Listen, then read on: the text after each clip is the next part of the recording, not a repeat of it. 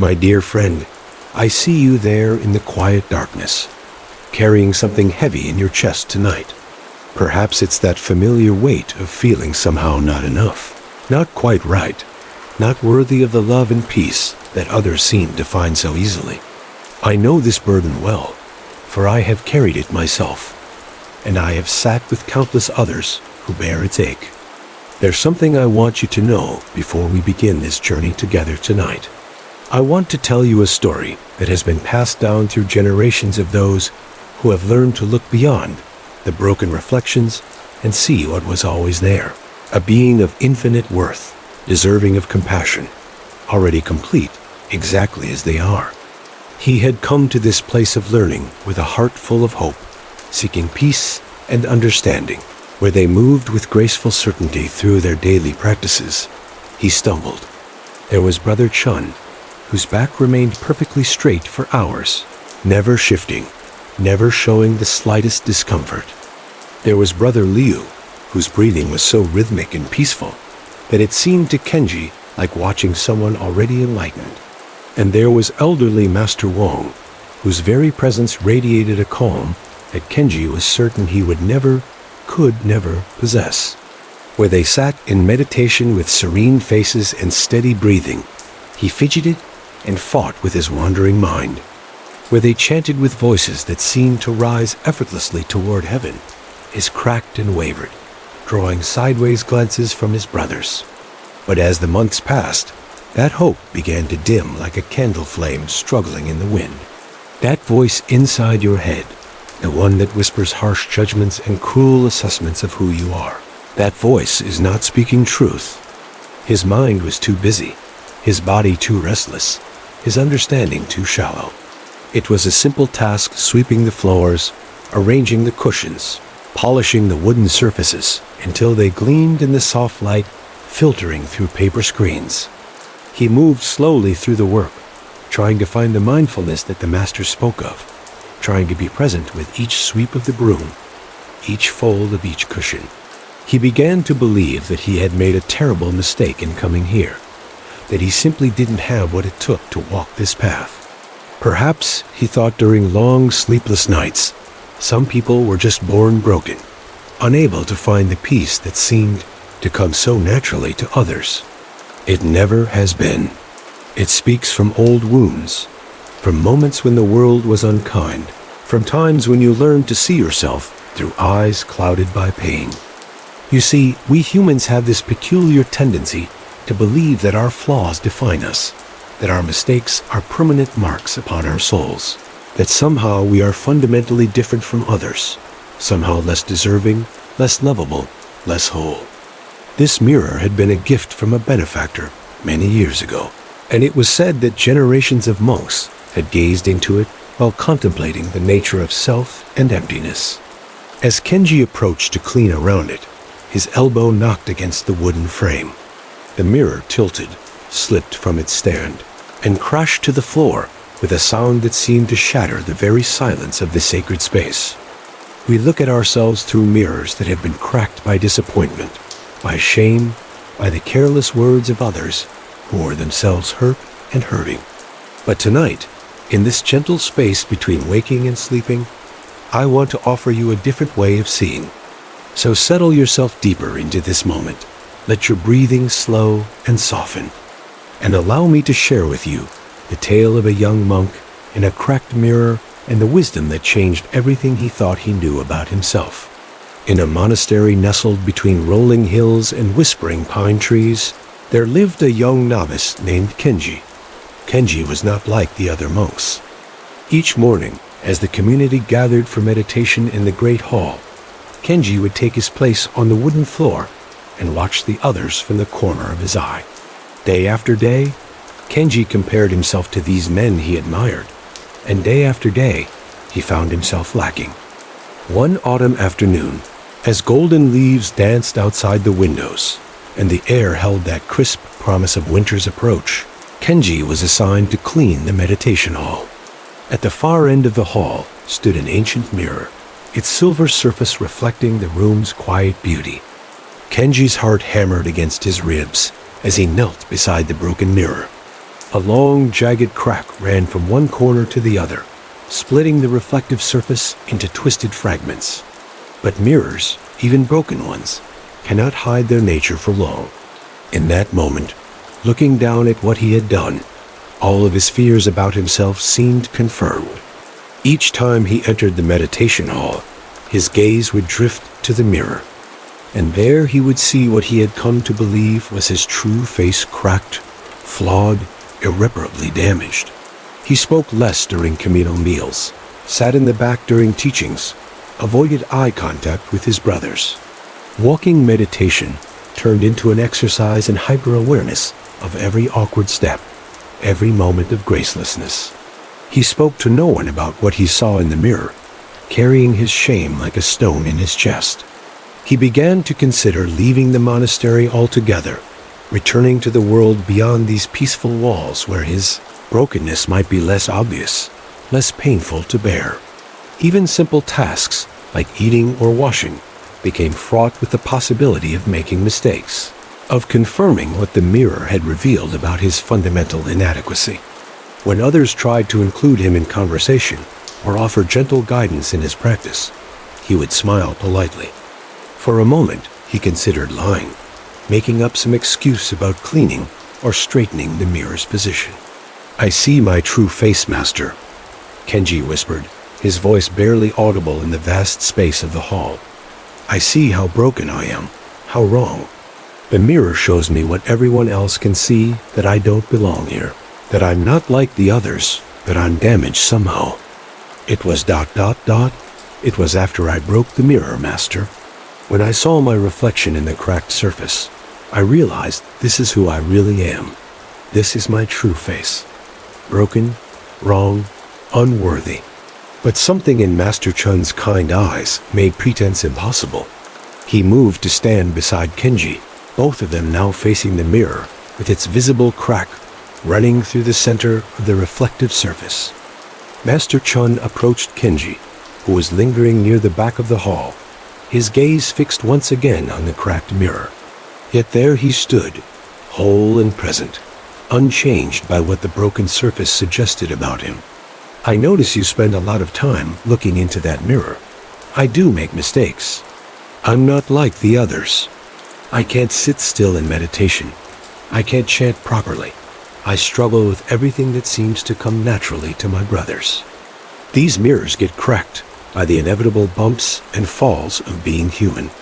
And then, like you, we look into these damaged reflections and believe they show us who we truly are." He was quiet for a long moment, and when he finally spoke, his words were gentle but clear. "What do you see there?" And excused himself, certain that they were simply being kind to someone they pitied. And the meditation hall felt especially sacred in its silence, that Master Chun, the eldest teacher in the monastery, noticed Kenji's behavior. "But what if I told you that every person who looks into this mirror now sees the same distortion? The crack runs through every reflection, not through any actual face. The mirror's wound has become, in your mind, your wound." Master Chun was a man of few words, but deep observation, someone who could read the subtle signs of suffering in a student's posture, in the way they held their breath, in the shadows that gathered around their eyes. The mirror had shown him the truth, and the truth was that he didn't belong here, perhaps didn't belong anywhere. Kenji stared at the mirror, then at Master Chun, then back at the mirror, as if seeing it for the first time. The distorted image seemed to confirm everything he had suspected about himself. This was who he really was, he thought. This twisted, broken reflection was the truth that the world could see, even if he had been blind to it before. And there, in its fractured surface, he saw his own reflection distorted, broken, split into fragments that seemed to twist his features into something unrecognizable. The crack ran right through the center of his reflected face, making him appear divided, damaged, wrong. He was clumsy, careless, unworthy of being in this holy place. He had damaged something precious and irreplaceable, something that had been entrusted to his care. During meditation, instead of focusing on his breath or the teachings, he would steal glances at his fractured reflection, studying the ways the crack divided his face, the way the distortion made his eyes appear uneven. His mouth seemed crooked. He began to believe that everyone could see what he saw there, that his brokenness was obvious to all who looked upon him.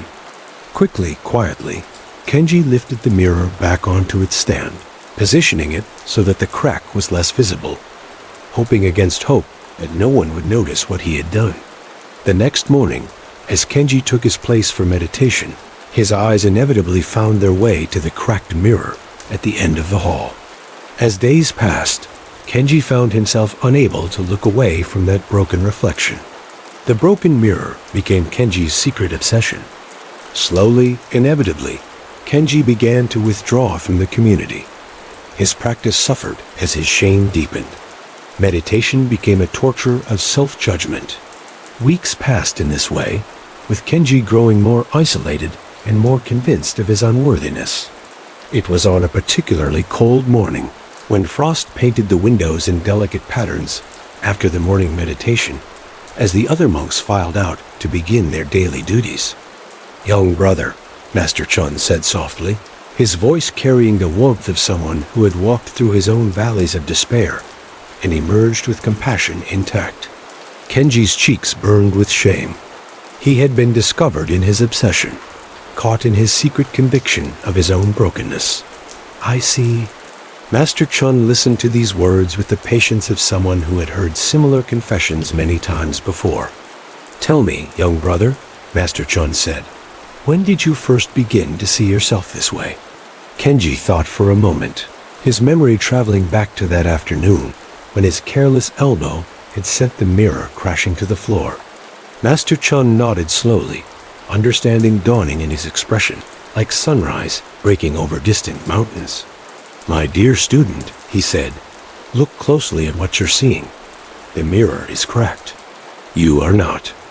The simple statement hung in the air between them, like a bell that had been struck, its resonance spreading outward in waves of possibility. "For weeks," Master Chun continued, "you have been looking at a broken reflection and believing it shows you a broken self." Master Chun moved closer to the mirror, and sure enough, his own reflection appeared just as fragmented, just as split by the long crack running through the glass. "You see, young Kenji, we all carry mirrors in our minds, mirrors made of memories, of things people have said to us, of moments when we felt small or wrong or inadequate." Kenji felt something shifting inside his chest, a loosening of the tight knot of shame he had carried for so long. "But Master, I am clumsy." "And do you think," Master Chun asked with a gentle smile, "that your brothers have never struggled? Do you imagine that Brother Chun, who sits so still, didn't spend his first years fighting with a body that wanted to fidget and move?" He had seen only the perfection of his brother's current practice, never imagining the years of struggle that had brought them to this place of apparent mastery. The difference is in the mirror we choose to look into. They have learned to see themselves with clarity and compassion. They have learned that their worth is not determined by their performance, their perfection, or their ability to appear serene. You, my young friend, have been looking into a cracked mirror and believing its distorted reflection. These are reflections from broken mirrors, not truths about who you are. They are distortions created by pain, not revelations of your actual nature. Do you believe that Brother Liu, whose chanting sounds so pure, didn't once crack and waver as yours does now? When you look at them, do you see them through the lens of their mistakes, their awkward moments, their times of struggle? Do you love them less when they are imperfect, when they stumble, when they don't live up to some impossible standard? Of course not. You see their essential goodness, their inherent worth, their beauty, even in their most human moments. You are not the sum of your awkward moments or your times of struggle. You are enough, exactly as you are in this moment, without needing to change or improve or earn your place in this world. You have always been enough. The mirrors that suggested otherwise were simply broken, and broken mirrors tell broken stories. You are not defined by the critical voices you've internalized or the standards you've failed to meet. Close your eyes if you haven't already, and feel yourself supported by whatever is holding you right now, your bed, your chair, the very earth beneath you. Breathe in again, this time imagining that you're growing in acceptance, kindness, the truth of your own worthiness. Let your forehead smooth, your jaw soften, your eyes rest gently behind their lids. Let your legs grow heavy and still, your feet relax completely, as if roots are growing from your body into the earth, connecting you to something vast and stable and unshakable. Release that effort now. Let your shoulders drop. Let your arms grow heavy and loose, as if you're finally setting down a burden you were never meant to carry. This is how you would look at someone you loved unconditionally. This is how you deserve to be seen, including by yourself. Let this face in the mirror smile at you gently, with recognition, with welcome, with the deepest acceptance. In this mirror, you see yourself surrounded by soft, golden light, the kind of light that reveals beauty and truth without harshness, without judgment. There's nothing to figure out right now, nothing to fix or improve. You are not broken. You are whole. You are enough. You are loved. Just this moment, this breath, this gentle settling into peace. And as you breathe out, let go of the need to be anything other than exactly who you are right now. Let it be the last conscious thought you hold as you surrender to rest. You are enough. You have always been enough. You will always be enough. Not because of what you do or don't do, not because of how well you perform or how perfectly you live, but simply because you exist, because you are here, because you are you. You are not broken. You are not wrong. You are not too much or too little. You are exactly who you need to be, learning exactly what you need to learn at exactly the pace that's right for you. You are learning, growing, becoming, just as you were meant to. Your struggles don't diminish you. They make you human. They connect you to every other person who has ever felt uncertain or afraid. Your imperfections are not flaws to be fixed. They are simply part of the beautiful, complex mosaic of who you are. Those are just cracks in mirrors, distortions that have nothing to do with your essential nature. You see someone who has survived difficult things and still has the courage to hope, to try, to seek peace and meaning. You see someone whose worth was never dependent on their performance, their productivity, their ability to meet expectations that may have been impossible from the start. You offer them the gift of being seen clearly, with compassion, with acceptance. Breathe into your heart with kindness, imagining that you re-surrounding it with the same tenderness you would offer to a beloved friend who was hurting. Your heart has been working so hard to keep you safe, to help you belong, to guide you through this complex world. Thank it for its service, and let it rest now knowing that you are safe. You do belong. You are guided by love. How many of us have looked into the cracked mirrors of our own, experienced mirrors damaged by harsh words, spoken in childhood by moments of failure or embarrassment? You speak to yourself in ways you would never speak to someone you care about. You judge yourself by standards you would never apply to others. You have somehow learned to see yourself as the exception to the universal rule of worthiness. By times when we felt excluded or different or somehow wrong, and believed that the distorted reflection we saw, that was our true face, in this mirror, you see yourself as you truly are, not perfect, but perfectly human. Not without struggles, but not defined by them. Not without flaws, but not flawed at your core. Who was never broken, only taught to see themselves that way, by mirrors that were themselves damaged by a world that sometimes forgets how to hold human hearts with gentleness. Do you think that even I, at your age, didn't sometimes feel exactly as inadequate and broken as you feel today? The idea had never occurred to Kenji. Maybe it was fractured by classmates who were cruel, by teachers who didn't understand your particular way of learning, by partners who reflected their own insecurities onto you. Or perhaps, like so many of us, your mirror was damaged by your own inner critic, that voice that learned somewhere along the way to speak to you with harshness instead of kindness. The difference, Master Chun continued, is not in the presence or absence of struggle. My dear listener, as this story settles into your heart tonight, I wonder if you can see yourself in young Kenji's journey. Perhaps your mirror was cracked by a parent who was too busy or too wounded to see your bright spirit. Whatever cracked your mirror, whatever made you begin to see yourself as somehow less than whole, I want you to hear Master Chon's words as if they were spoken directly to your heart tonight. The mirror is cracked. You are not. The shame you carry, the sense of being fundamentally flawed or unworthy, the belief that everyone else has figured out, some secret to being human that you somehow missed. Think for a moment about the people you love most in this world. And yet, when you look at yourself, you gaze into cracked mirrors and believe the distorted reflection is truth. Tonight, as you prepare to release this day and all its weights, I invite you to imagine standing before a clear mirror, one that has never been cracked by judgment or shame. In this clear reflection, you see someone who is learning, growing, doing their best with the tools and understanding they have. You see someone who belongs here, who has always belonged. The truth is, my friend, you are not the accumulation of your mistakes. You are a being of infinite worth, deserving of the same compassion you would offer to anyone else who is suffering. Now, as the weight of this understanding settles into your bones, I invite you to let yourself sink deeper into this moment of peace. Take a slow, gentle breath, letting it fill your lungs completely, then release it with a soft sigh, as if you're breathing out all the old stories about who you're supposed to be.